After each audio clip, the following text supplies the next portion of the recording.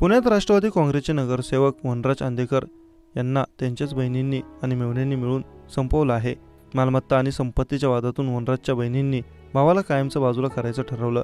दुपारी बहिणींनी मिळून प्लॅन बनवला आणि रात्री वनराजवर गोळीबार तसंच कोयत्याने केलेल्या हल्ल्यात वनराजचं निधन झालं। यासाठी त्यांनी मदत घेतली एकेकाळी अंदेकर टोळीचा शूटर आणि आता वैमान्य असलेला सोमनाथ गायकवाडची। अंदेकर टोळीचा पुण्यात 40 वर्षे रक्तरंजित इतिहास आहे। बाळू बंडू उदय रमाकांत हे अंदेकर टोळीचे गेल्या 40 वर्षातले प्रमुख मोरखे। यातल्या बाळू अंदेकर यांचा 30 वर्षांपूर्वी खून झाला। अंदेकर कुटुंबाने राजकारणातही प्रवेश केला। अंदेकरच्या घरात गेल्या 20 वर्षात वत्सला अंदेकर महापौर तर उदय अंदेकर, लक्ष्मी अंदेकर, वनराज अंदेकर हे नगरसेवक म्हणून निवडून आले। दरम्यान बंडू अंदेकर हा टोळी चालवत होता। त्यांचा राजकारणाचा आणि गुन्हेगारीचा आलेखही वाढतच राहिला। यातूनच आलेल्या वैमनस्यातून वनराज अंदेकर यांचा खून झाला। फक्त या वैमनस्यात यावेळी बहिणी सहभागी झाल्या।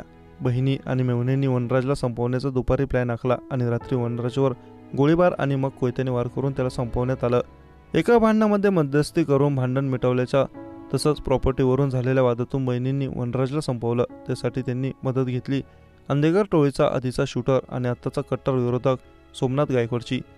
या प्रकरणी वनराजच्या बहिणी संजीवनी जयंत कोमकर, कल्याणी गणेश कोमकर, सोमनाथ गायकवाड यासह इतर जणांना पोलिसांनी अटक केली आहे।